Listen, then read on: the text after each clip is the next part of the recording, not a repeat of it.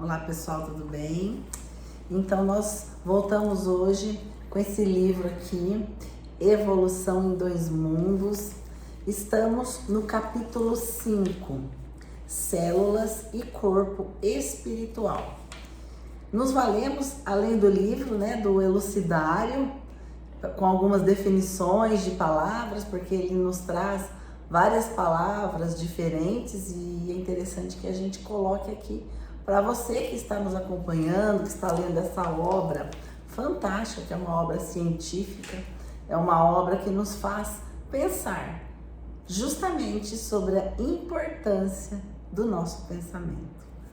Então vamos começar, Geraldo, com essa obra aí que a gente está há dias aí lendo, estudando um pouquinho. Que faz sugerir infinitas elucubrações, dá um nó na nossa cabeça e muitas vezes a gente se pega no nada, né? No nada é bom, né? Pensando e tentando entender de fato a complexidade que é tanto a organização física que alberga o espírito, quanto a organização perispiritual, que é o elemento intermediário entre o espírito e o corpo. Exatamente. Então, o capítulo 5 se chama Células e Corpo Espiritual, Princípios Inteligentes Rudimentares. Com o transcurso dos evos, surpreendemos as células com princípios inteligentes de feição rudimentar a serviço do princípio inteligente em estágio mais nobre nos animais superiores e nas criaturas humanas, renovando-se continuamente no corpo físico e no corpo espiritual.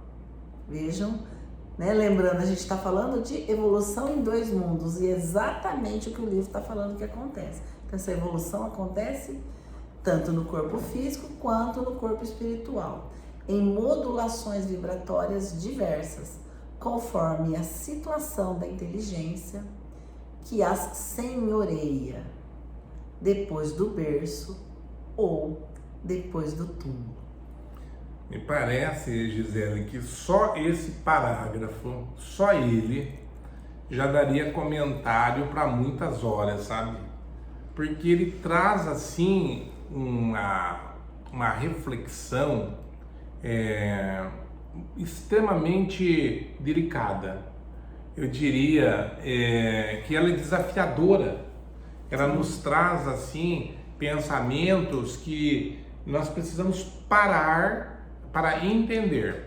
Parece, aparentemente, não vai fazer diferença nenhuma se o espírita sabe o que acontece ou não com o seu corpo físico, né? Aparentemente, isso não é um conhecimento, assim, que faz diferença, porque o espírita, verdadeiro espírito, é aquele que todos os dias ele tenta melhorar um pouquinho, né? Exatamente. E, claro, praticando a caridade, porque fora dela não há salvação. Mas, à medida que você estuda o Espiritismo, que o seu conhecimento se amplia, então nós vamos ficando indagadores, não é? Sim. Nós temos aí centenas de livros para explicar muitas coisas para nós, né? Até para quem está vendo a nossa biblioteca no fundo, isso aí não é um cartaz não, viu, gente? Não tem jeito dela cair, se cair mata a gente, porque o peso é muito grande.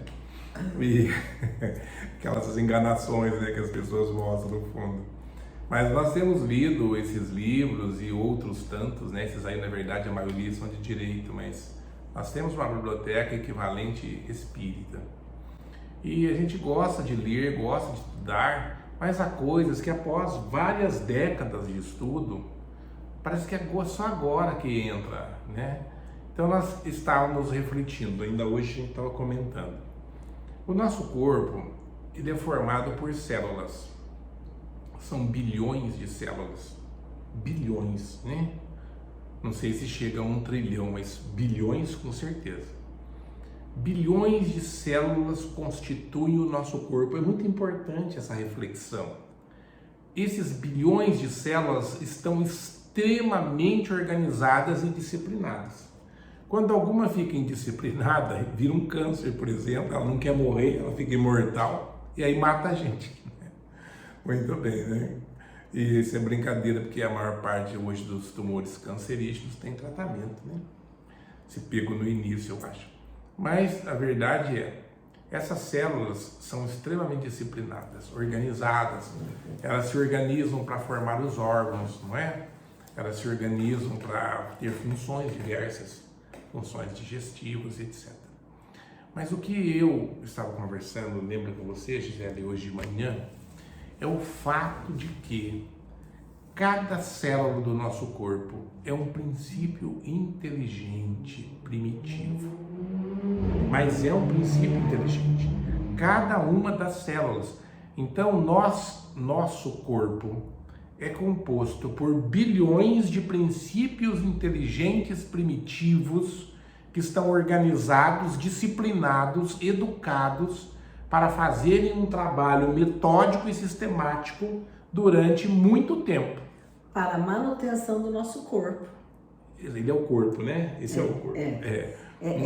Eu acho que valeria a gente falar a definição de célula, né? Que a gente colocou. Célula é a menor unidade de função e de organização capaz por si mesma da multiplicação e de reação que apresenta todas as características de vida.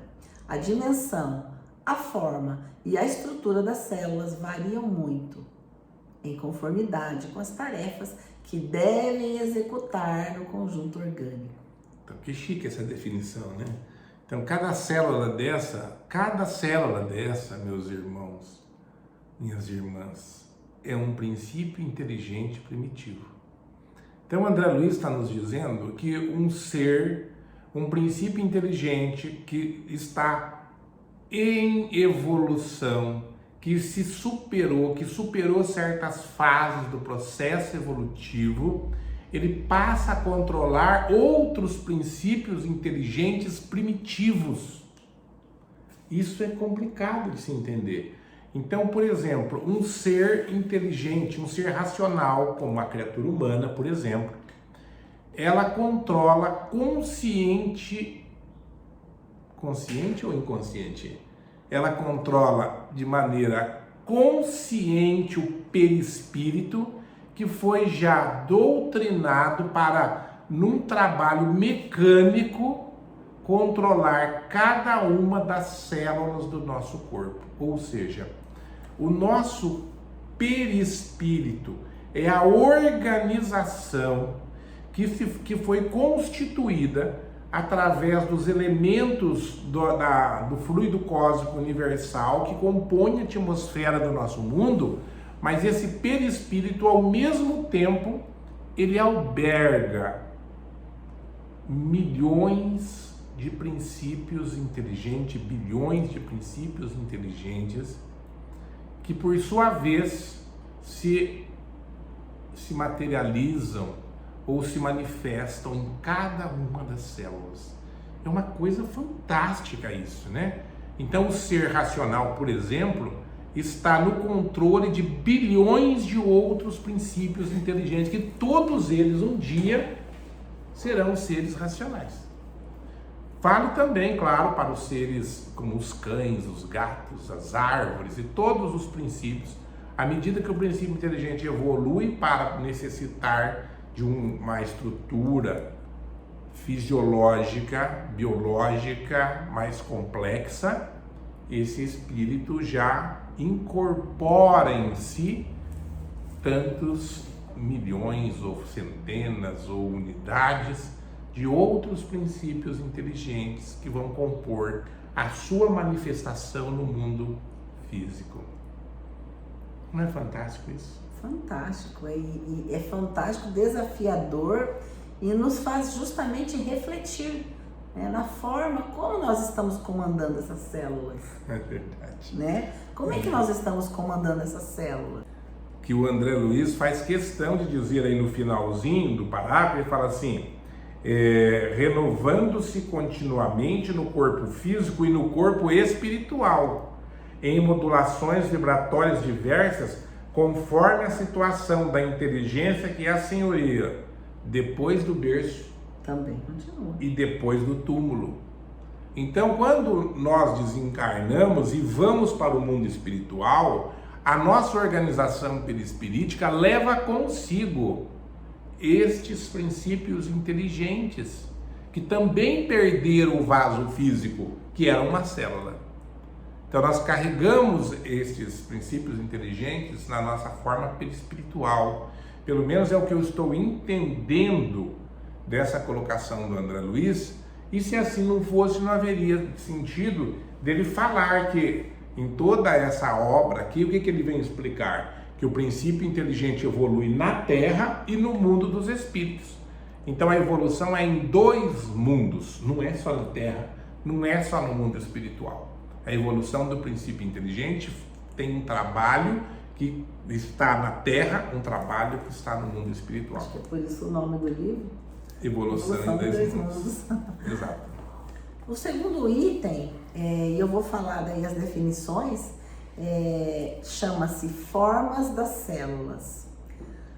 Animálculos infinitesimais que se revelam domesticados e ordeiros na colmeia orgânica.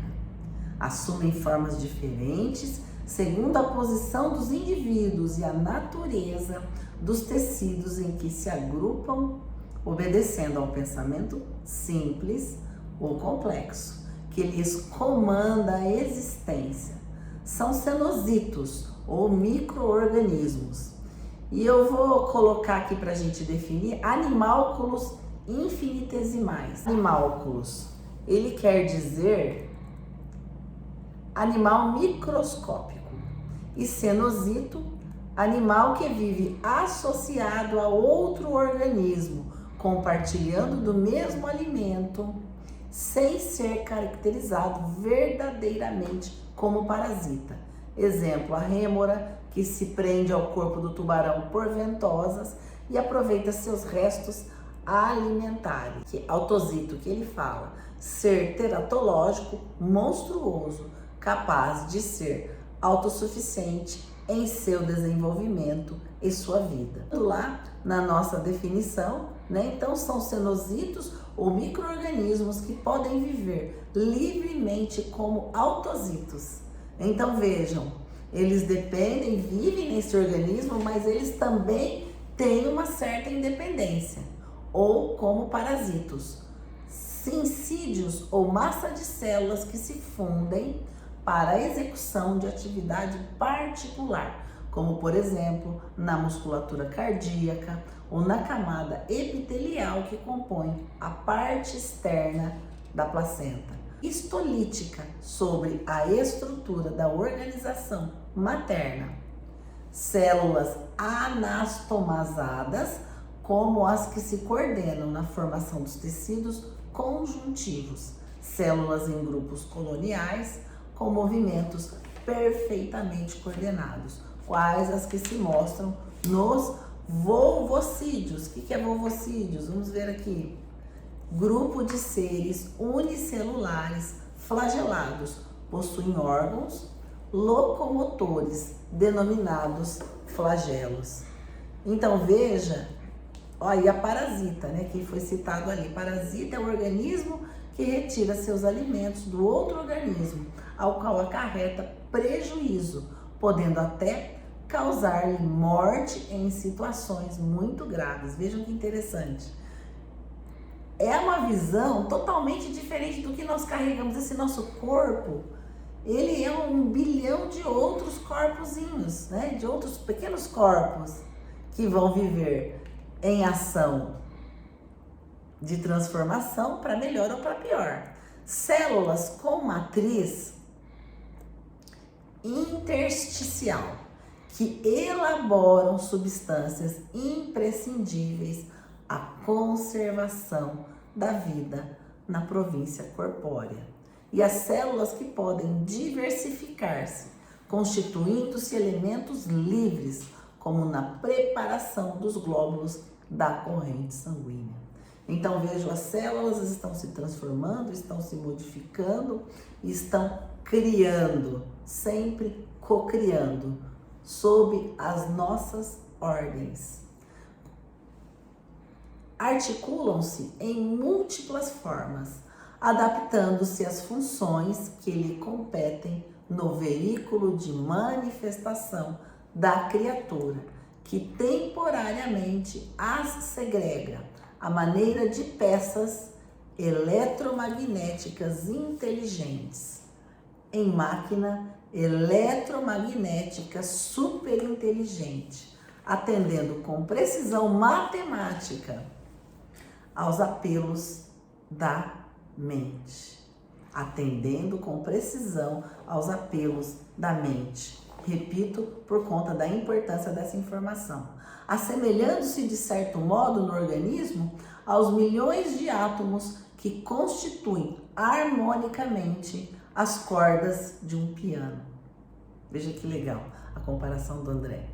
Acionadas pelos martelos minúsculos dos nervos ao impacto das teclas que podemos simbolizar nos fulcros energéticos do córtice encefálico, movimentado e controlado pelo espírito através do centro coronário, que sustenta a conjunção da vida mental com a forma organizada em que ela própria se expressa. Então, só para a gente fazer a definição do centro coronário, né? Que a gente já viu em outros livros, mas centro coronário, centro de força vital do perispírito, relacionado com a epífise, glândula pineal, no corpo físico, supervisiona todos os demais centros de força vital, porque recebe em primeiro lugar os estímulos do espírito. Complexo, não? E ao mesmo tempo ele nos esclarece muitas coisas. Sim, mas veja, acho que a gente precisava ser formado em biologia aqui. Mas uma coisa que eu quero destacar é que logo no início, quando ele fala formas das células, nesse parágrafo, o André Luiz fala, obedecendo ao pensamento simples ou complexo que lhes comanda a existência. Quando Jesus dizia, né, que para as pessoas se curarem todas, ele sempre perguntava antes, né, você quer ser curado? Por que Jesus perguntava, você quer ser curado? Até eu vi, não faz muito tempo, uma pesquisa norte-americana, dizendo que as pessoas que têm religiosidade, elas ficam menos doentes. Quando ficam doentes, elas saram mais rápido e tem uma recuperação depois, pós-doença, muito mais rápida do que os que não têm religiosidade. Então, essa situação, por que eu estou fazendo unindo esses dois pensamentos, né? De Jesus, né? Com essa informação aqui, que parece que tem um caráter apenas biológico, né? Mas não tem. Por quê? Porque as nossas células, esses micro-organismos que nós utilizamos para que nós possamos nos manifestar aqui na Terra, porque esse organismo físico não sou eu, esse não é você. Eu, espírito, corpo não eu, não sou o corpo. O corpo é um veículo de manifestação, só isso. Né? Então é igual a minha camisa, quando a camisa fica muito velha, se a Gisele insistir muito, eu troco. Deu para uma igualzinha, né? Mas a camisa a gente joga fora quando fica velho. O corpo a gente joga fora quando fica velho também, porque ele é um veículo de manifestação. No entanto, ele tem um diferencial da camisa. A camisa em si, ela é formada por átomos, mas não por seres vivos. A camisa não tem vida. O corpo tem vida, independente de mim, independente. O corpo é um veículo de manifestação vivo. Por isso que é muito fácil para alguns setores da medicina, alguns médicos, não acreditarem no espírito. Por quê? Porque o corpo tem vida, ele é vivo, ele é um ser vivo. Na verdade, cada uma das células é um ser vivo independente. E estes seres vivos independentes, eles têm um grande orientador. Ele tem um guia, ele tem um mestre, ele tem o espírito que utiliza esse veículo de manifestação, direcionando cada um desses seres primitivos. Por isso, o pensamento que não é físico, o pensamento que é do espírito, que se manifesta no corpo através do centro coronário. E, portanto, se você está feliz, suas células estão felizes, elas trabalham bem. Se você está triste e infeliz, as células estão perturbadas, elas trabalham mal. Se você está animado, você tem um projeto de vida, você transmite essa projeção para o seu corpo e o corpo reage. Por isso que há pessoas que a medicina disse, nunca mais ele vai andar, mas ele anda. Fala, nunca mais ele vai sarar, mas ele sara. Né? Nunca mais vai movimentar o braço. Um amigo nosso sofreu um acidente gravíssimo. A medicina falou para ele, você não vai mais movimentar esse braço. Ele voltou a movimentar o braço e até toca violão. Então por quê? Porque ele acreditou, e essa mensagem que vem do espírito e condiciona as células, fez com que o seu organismo, cada uma das suas células, trabalhasse animadamente, feliz, estimulada, e se recompôs, e o nosso amigo voltou a toda a sua potencialidade anterior ao acidente. E isso acontece todos os dias, centenas de casos assim, todo mundo conhece algum exemplo. Então, por isso a importância de nós mantermos um pensamento sadio. Por isso Jesus perguntava, você quer sarar? Porque muita gente, Gisele, não quer sarar. Ela quer ficar reclamando, é a doença do coitadinho de mim, que o Chico Xavier falava, né? É gostoso eu ficar doente, porque eu posso reclamar para todo mundo vem me dar atenção, mas quando eu tenho certeza que eu estou sadio, quando eu tenho certeza que eu sou feliz, quando eu tenho certeza que eu tenho objetivos, isso estimula cada um dos seres viventes do meu corpo e todo o corpo reage bem. Que você vai estar automaticamente, no momento em que você quer ser curado, você já manda uma mensagem dessa positividade, desse querer. Então você está dizendo para suas células, olha, nós precisamos ficar bem. Exatamente. Vamos trabalhar. É isso mesmo. É mais ou menos isso. E lembrando, né, do livro Entre a Terra e o Céu, ele faz uma explanação muito interessante sobre os centros de força, né? Os centros energéticos, né, o encefálico coronário. E é interessante que neste livro o André fala que nós somos força-mento eletromagnética. Então, por isso, porque a mente comanda e essa energia, essa força, ela se distribui. Exatamente. E por isso que Jesus dizia, a tua fé te curou. É a sua mente agindo, né, sobre o corpo. Aliás, a medicina oriental já fala isso há muito tempo, que não existe doenças, que nós, mentalmente, nós corrigimos o nosso corpo. Lembra disso?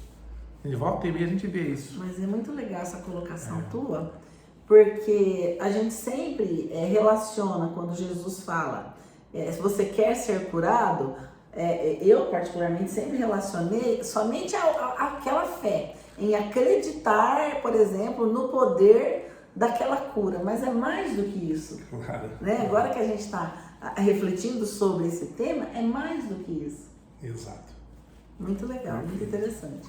Olha só, agora, motores elétricos microscópicos, dispostas na construção da forma em processo idêntico ao da superposição dos tijolos, numa obra de alvenaria, as células são compelidas à disciplina perante a ideia orientadora que as associa e governa. Quanto aos tijolos vulgares, são constrangidos à submissão ante as linhas traçadas pelo arquiteto, que eles aproveitam o concurso na concretização de projeto específico. É assim que são funcionárias da reprodução no centro genésico.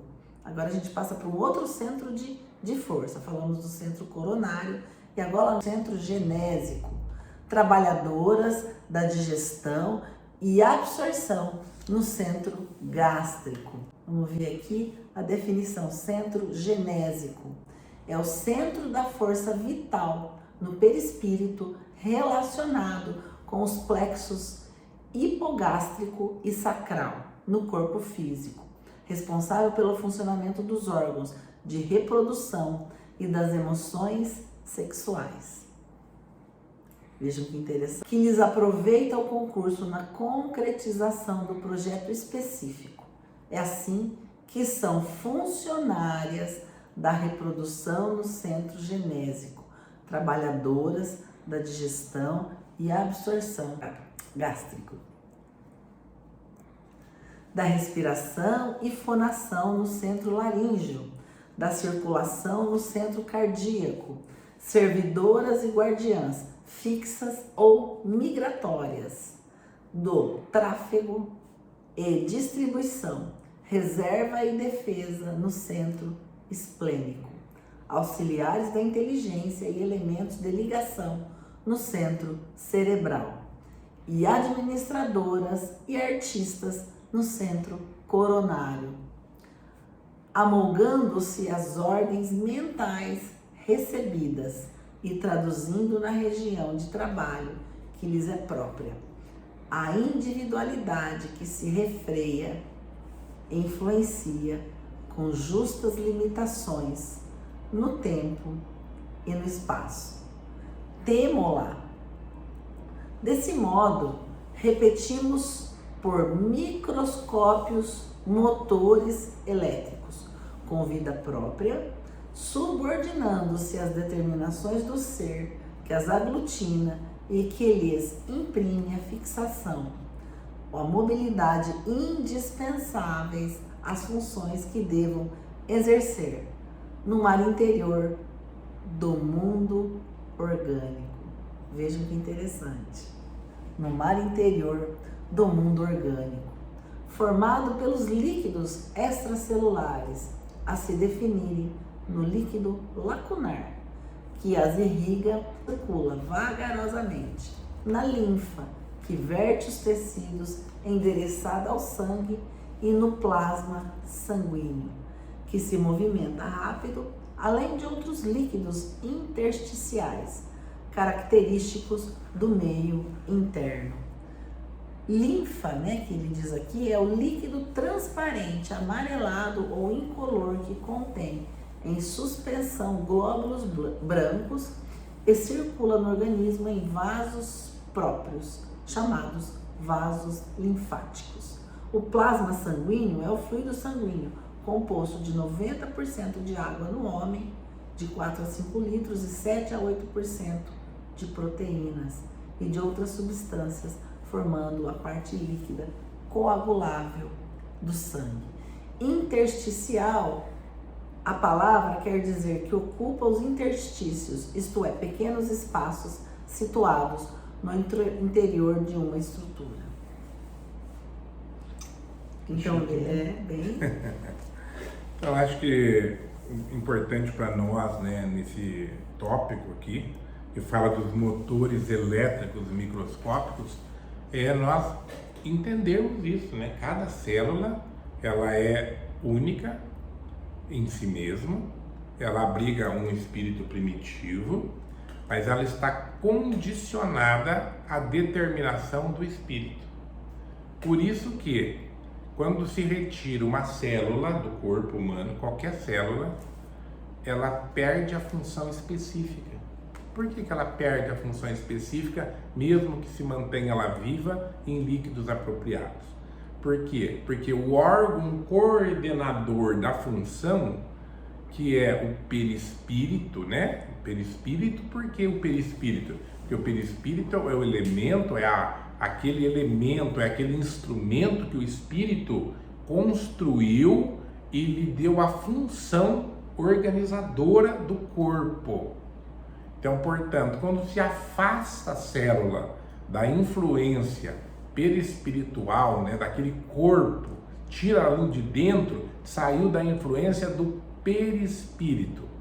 E por isso ela perde a função, porque a célula por si mesma é apenas uma célula. É um micro-organismo, é um princípio inteligente, ainda vivo, mas ele já não sabe mais o que fazer, por isso ela fica uma célula pura e simples, sem função específica.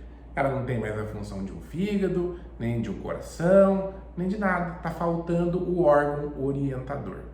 Nós vimos que essas orientações chegam pelos centros nervosos específicos, né? Ele falou aqui do centro gástrico, do centro genésico, do centro laríngeo. Por quê? Porque esses centros foram sendo construídos na medida que o espírito, que o princípio inteligente foi se construindo ao longo de milhões e milhões de anos. Ele começa certamente no centro coronário, depois ele constrói o centro cerebral, depois vem o centro laríngeo, depois o centro, os demais centros, né? O genésico, o cardíaco, enfim, ao longo dos milhões de anos ele foi construindo esses centros conforme a necessidade da evolução do espírito, aliás, do princípio inteligente, porque nós gostamos de chamar de espírito só depois que ele adquire racionalidade. Quando ele começa a encarnar como criatura humana, aí sim a gente denomina ele de espírito. Até então é o princípio inteligente em fase evolutiva, não é ainda um espírito, né? Teórica, para a questão de definição, ainda não se diz que ele é um espírito. Até então ele é um princípio inteligente em evolução. Portanto, essas funções orgânicas foram construídas paulatinamente. E o André Luiz ressalta, cada célula dessa é um motor, um pequeno motor, é um motor que tem suas funções eletromagnéticas, né, dirigidas pela mente, e cada uma delas subordinada à sua função por questão de organização do próprio espírito, que criou um órgão organizador que se chama perispírito. Então, também, né, como toda essa energia ela passa pelo plasma, né, pelo sangue, lembrando que o passe, né, como a importância do passe, né, e a oração, então ela também vai passar pelo organismo, né, essas energias, essas né, energias geradas, né? que vão pacificar, que vão melhorar, amenizar a dor, enfim. O todo indivisível do organismo é o próximo tópico. Lógico entender dessa forma que diante do governo mental, a reunião das células compõe tecidos, assim como a associação dos tecidos esculpe os órgãos, partes constituintes do organismo, que passa a funcionar como um todo indivisível em sua integridade, cingido pelo sistema nervoso e controlado pelos hormônios. O é o sistema que constitui o mecanismo que permite ao animal um contato permanente com o meio que o rodeia, determinando mudanças e atitudes úteis ao seu organismo. O homem, como nos animais vertebrados, o sistema nervoso compreende o sistema nervoso central e o sistema nervoso periférico. O sistema nervoso central consta do eixo cérebro-espinhal, formado pelo encéfalo, parte contida na cavidade do crânio, e a medida espinhal. Então essa é a definição. Continuando aqui, então, nessa parte do...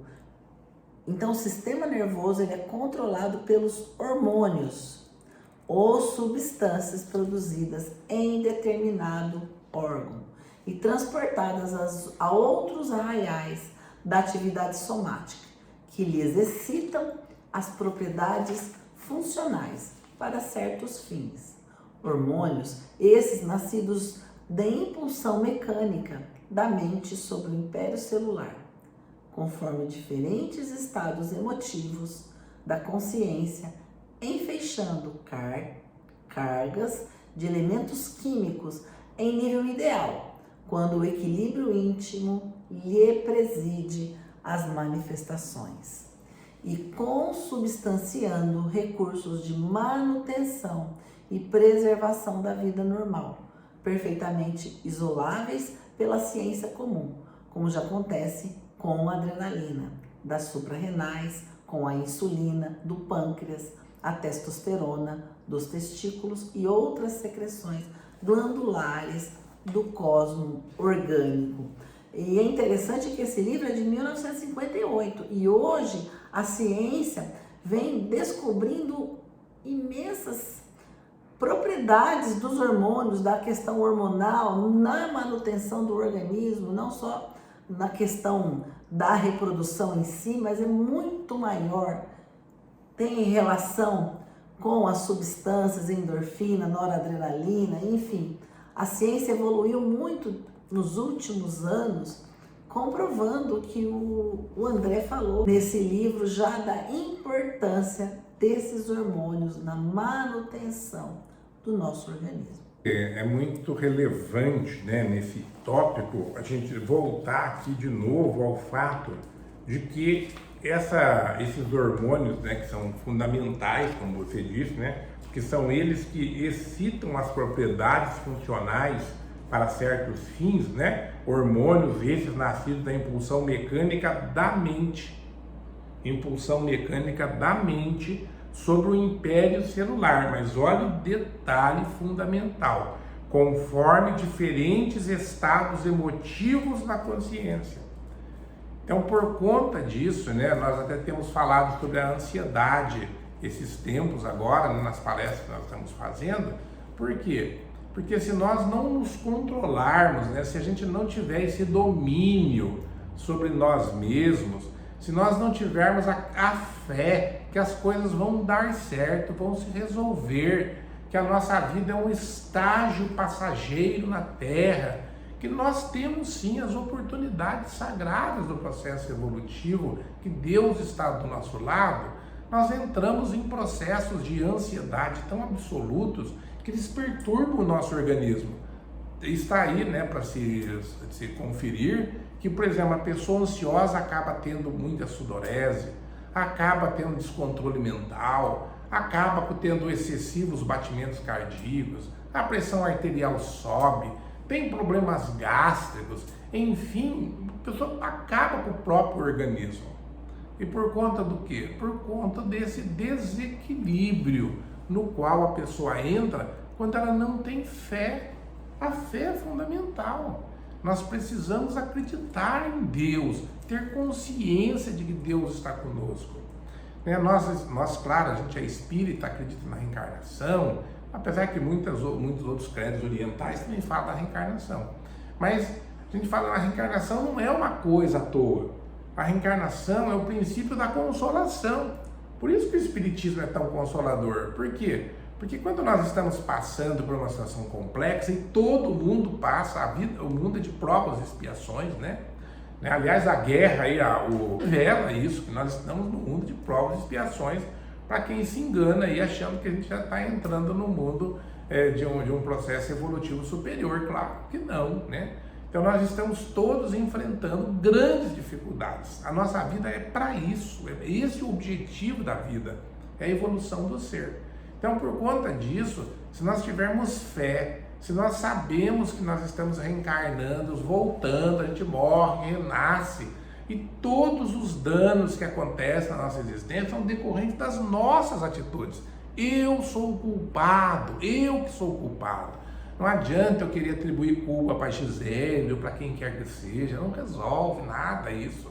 Eu não posso mudar nem a Gisele, que é minha esposa, nem meus filhos, nem ninguém. Eu só posso mudar a mim mesmo. Então, quando eu digo para mim, tenha confiança, tenha fé, tenha calma. Essa dor que eu estou passando hoje, ela é fruto das minhas atitudes do passado, ou é fruto das atitudes dessa vida que foram inconsequentes ou imprevidentes. O que acontece? Eu me acalmo. Aí a minha geração de hormônios, né, aquela produção hormonal, ela se equilibra. E eu fico melhor, o meu organismo fica melhor, tudo em mim melhora. vejo mais oportunidades, mais soluções. Então é fundamental termos fé, confiança, né? Aliás, até recomendo, estudem as obras espíritas, né? E elas vão te dar tanto consolo, tanta firmeza, sua fé vai se fortificar. Aliás, tem uma passagem bíblica que diz que a fé pode ser construída, e ela é construída a partir do estudo, né? A partir da leitura, do aprendizado. Você vai ficando cada vez mais certo da presença de Deus na sua vida, naturalmente mais calmo, equilibrando as suas secreções hormonais. Muito bom. Automatismo celular. É da doutrina celular corrente no mundo que as células tomam aspectos diferentes conforme a natureza das organizações a que servem, compelindo-nos a desenvolver mais amplamente o acerto para asseverar que a inteligência, influenciando o citoplasma, vejam que interessante, que é no fundo o elemento intersticial, que nós já vimos a definição, de vinculação das forças fisiopsicossomáticas, obriga as células ao trabalho de que necessita para expressar-se. Trabalho este que a custas de repetições quase infinitas, que se torna perfeitamente automático para as unidades celulares que se renovam de maneira incessante na execução das tarefas que a vida lhes assinala. Então é interessante quando a gente estuda, né? Tem alguns livros que nem são espíritas, o poder do hábito.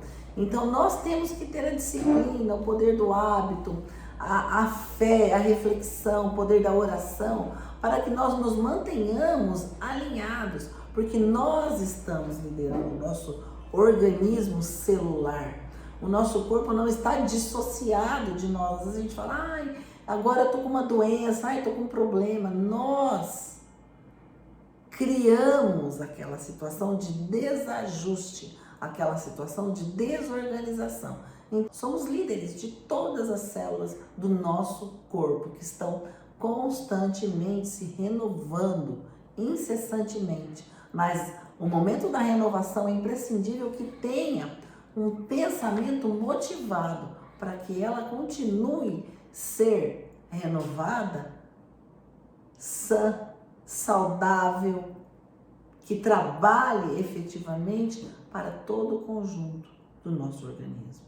O próximo tópico chama-se efeitos do automatismo. Perfeitamente compreensíveis nessa base os estudos científicos que reconhecem os agrupamentos colaboracionistas das células, especializadas através da cultura artificial dos tecidos orgânicos, em que um fragmento qualquer desses mesmos tecidos, seja da epiderme ou do cérebro, permanece vivo por muito tempo quando mergulhado em soro que cuidadosamente imunizado e mantido na temperatura correspondente à do corpo físico, acusa uma vida intensa. Decorridas algumas horas, os produtos de excreta intoxicam o soro, impedindo o desenvolvimento celular. Mas se o líquido for renovado, continuam as células a crescer no mesmo ritmo e movimento e expansão que lhes marca a atividade no edifício corpóreo. Todavia, fora do governo mental que as dirigia, não se revelam iguais às suas irmãs em função orgânica. As células nervosas, por exemplo, com as suas fibrilas especiais, não possuem células, não produzem células com as fibrilas análogas e as que atendem nos músculos aos serviços da contração se desdiferenciam, regredindo ao tipo conjuntivo. Todas as que se ausentam do conjunto estrutural do tecido inclinam-se para a apresentação morfológica da ameba, segundo observações cientificamente provadas. Vejam que interessante, né? Toda essa forma em que a célula se porta, de acordo com o local. Isso ocorre porque as células, quando ajustadas ao ambiente orgânico, demonstram o comportamento natural do operário mobilizado em serviço, sobre as ordens da inteligência, comunicando-se umas com as outras sobre o influxo espiritual que lhes mantém a coesão e procedem no soro quais amebas em liberdade para satisfazer aos próprios impulsos. Isso que nós já falamos, né? Nós antecipamos esse comentário, e a ausência do comando espiritual faz com que as células se percam na sua função. Elas voltam a ter aquele comportamento natural de quando não estão sendo comandadas, né? Ele aqui fala das amebas, né? Exatamente. Dentro do mesmo princípio de submissão das células ao estímulo nervoso é que a experiência de transplante de tecidos de embriões entre si, com alguns dias de formação, pode oferecer resultados surpreendentes, de vez que as células orientadas em determinado sentido, quando enxertadas sobre tecidos outros em vivo, conseguem gerar órgãos extras em regime de monstruosidade. Isso nós temos visto aí na ciência, né? Quanta descoberta tem sido feita e a importância dessas células estar num local vivo. Quando eles colocam, por exemplo, criam uma orelha num rato, por Exatamente. exemplo. É interessante, né? Obedecendo a determinações especializadas resultantes das ordens magnéticas de origem que saturavam essas mesmas células. E é ainda aí, pelo mesmo teor de semelhante saturação, que vamos entender as demonstrações do faquirismo e outras realizadas em sessões experimentais do espiritismo, nas quais a mente super concentrada pode arremessar fluidos de impulsão sobre vidas inferiores, como seja das plantas, imprimindo-lhes desenvolvimento anormal, e explicar os fenômenos da materialização mediúnica, nesse caso, sob condições excepcionais e com auxílio de inteligências desencarnadas. O organismo do médium deixa escapar o ectoplasma ou plasma exteriorizado, no qual as células em tonalidade vibratória diferente elastecem-se e se renovam de conformidade com os moldes mentais que lhes são apresentados, sempre de acordo com os moldes mentais que lhes são apresentados, produzindo os mais significativos fenômenos em obediência ao comando da inteligência, por intermédio dos quais a esfera espiritual sugere ao plano físico a imortalidade da alma, a caminho da vida superior. Bacana, né? Interessante. Eu me lembrei de eu vi na televisão certa vez que um faquir, ele pegou um vaso, colocou uma semente no vasinho e se concentrou sobre o vaso, e a câmera mostrou, né, ele concentrado. Aí de repente saiu um brotinho, o brotinho cresceu e aí saiu as folhinhas e de repente deu uma flor. Tudo isso assim em questão de minutos, que o faquir mentalizou e concentrou toda a sua energia para fazer aquela semente brotar. Então existem realmente forças aí do espírito, né, que o espírito pode impor, o espírito mais que já consegue ter um poder superior, né, impor sobre certas situações e fazer criar certas coisas, assim como a ciência consegue gerar, né, certas situações aí em laboratório, né, por conta da capacidade humana de construção. O que conta para nós mesmos, e eu acho que a parte mais importante desse capítulo, é nós termos essa consciência de que cada célula do nosso corpo é um ser primitivo em evolução e que nós nos controlamos de acordo com a nossa capacidade mental e que como é que eu estou me sentindo, a minha alegria, a minha tristeza, a minha felicidade, os meus impulsos de construção, farão com que esses seres que compõem o meu organismo de manifestação estejam melhores ou piores. Vai depender sempre de mim.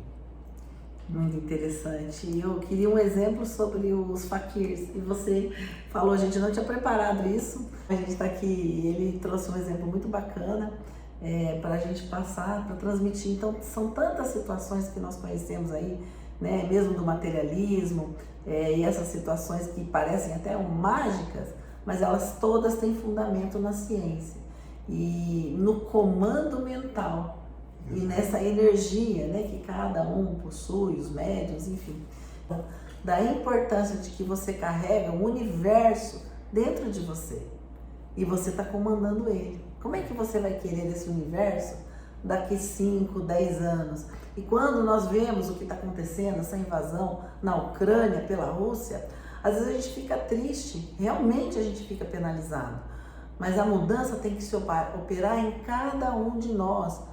Cada uma das pessoas, ao amar, ao acolher, ao envolver os nossos irmãos, né? E é essa mudança em expansão é que vai fazer do nosso mundo um mundo melhor, uma transformação, né? Porque Deus está no comando. Lembrando sempre que Jesus nos disse que quem tiver fé do tamanho de um grão de mostarda, e grão de mostarda é uma cabecinha de alfinete, poderá mover montanhas. Fique conosco. Leia esta obra que é fantástica e assinem o nosso canal e curtam esse vídeo.